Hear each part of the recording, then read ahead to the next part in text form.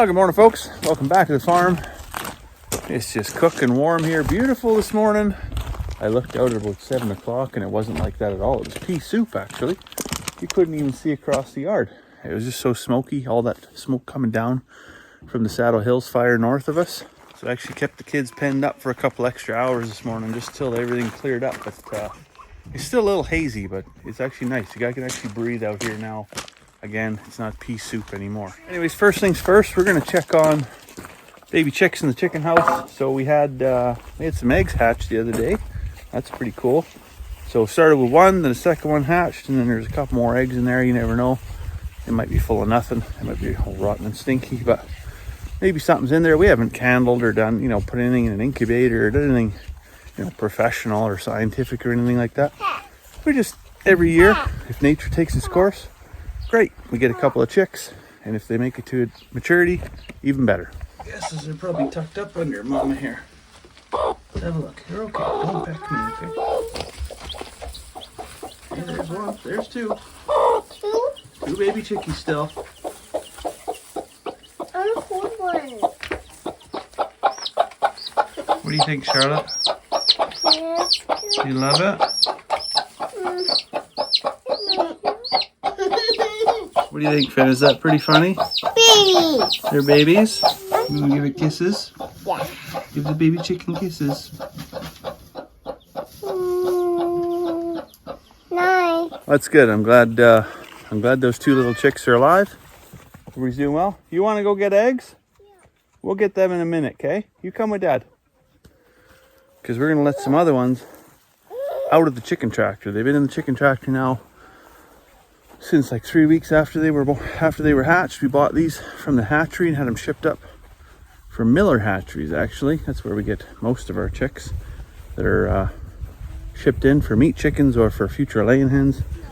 Like I said, these are just kind of extra ones. They're just kind of a nice to have, bit of a novelty for the kids to see how that whole process works. But these ones here, you jam that block of wood up under there and let them just walk out on their own. And make their way, integrate in. You found a feather? Cool. They can integrate their way in with the rest of the chickens over the day here. Daddy, I'm gonna have one in my hand. You don't want one of these ones in your hand. They're not nearly as cute. Yeah, they are. They're cute. Prop the front of the chicken tractor open like that. This will allow them, you see there's already one come over. This will allow them to slowly integrate in with the other chickens, and then over a few days, they'll figure out, this is like college dorms. This is like the house I buy when I'm 30 kind of thing. So they're gonna make their way over here. But in the interim, over the next couple of days. What are you doing, Finn? Holy man. Anyways, over the next couple of days, the chicken tractor will still be here. They can come under here. This will offer them protection, familiarity, and a place to get out of the hot sun if they need to. Anyway, speaking of birds, I think I might have to move that big turkey tractor today. We opened them up and into a spot in the garden, hoping they'd eat all the weeds. They definitely put some work in there, but now, because of course they've left quite a bit of the weed seeds, and so they're going to trample a whole bunch in. So I'm going to rake all that material out of there. But it's time for them to move anyways. I want to keep them moving and keep them on fresh ground so that, I have one area that just kind of gets congested and pooled up with feces. The whole point of the tractor system is that they can move frequently and stay on clean sheets all the time and reduce any kind of bacterial load or parasite load or anything that might affect them negatively. Before I get to that, I check on the piggies over here, and it's gonna be 35 degrees today. So pigs, because they can't shed heat very well at all, really, we're gonna give them a place to. What are you doing, Finn? I think that thing's almost got dead battery. It's got a little light. Here, go.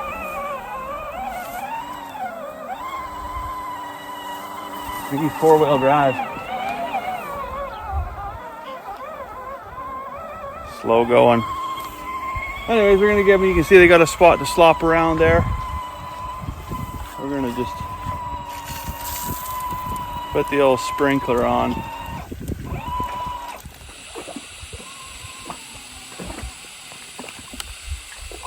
Have a look in the greenhouse here.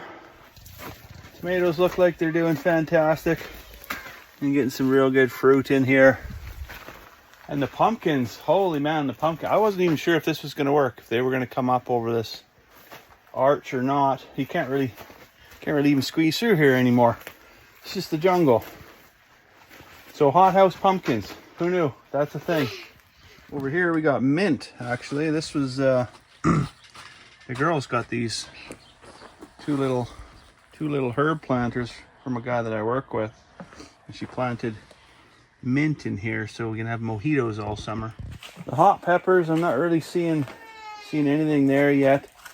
This is a mystery plant. I'm hoping it's not a weed. If it's a weed, I'm gonna have to yank it out. Kiddo?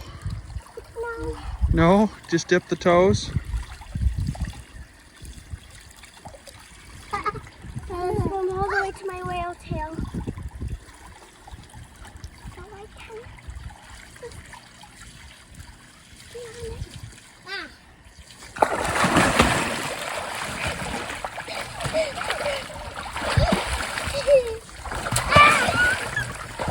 can get on it.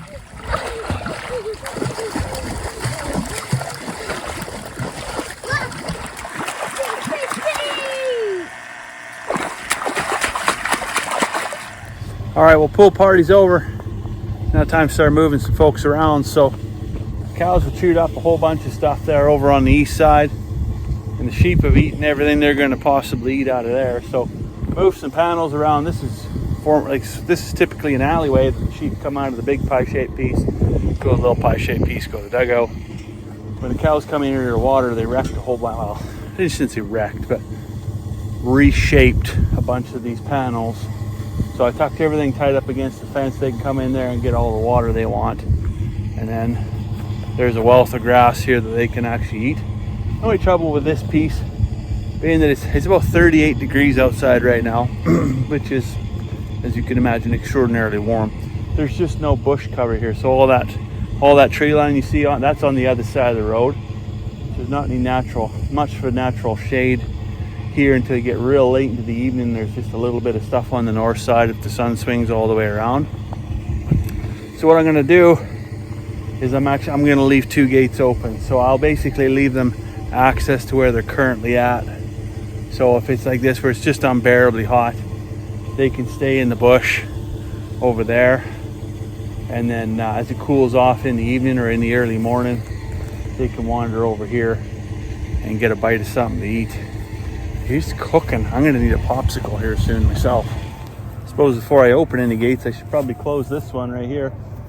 This is the fence line that I built last weekend, and that's why my back is currently peeling. I come out here first thing of a morning. I come out right after breakfast, and I spent the day. I didn't do just this. I did this and then some other stuff, but thought it would be a good idea to maybe do a little bit of work without a shirt on.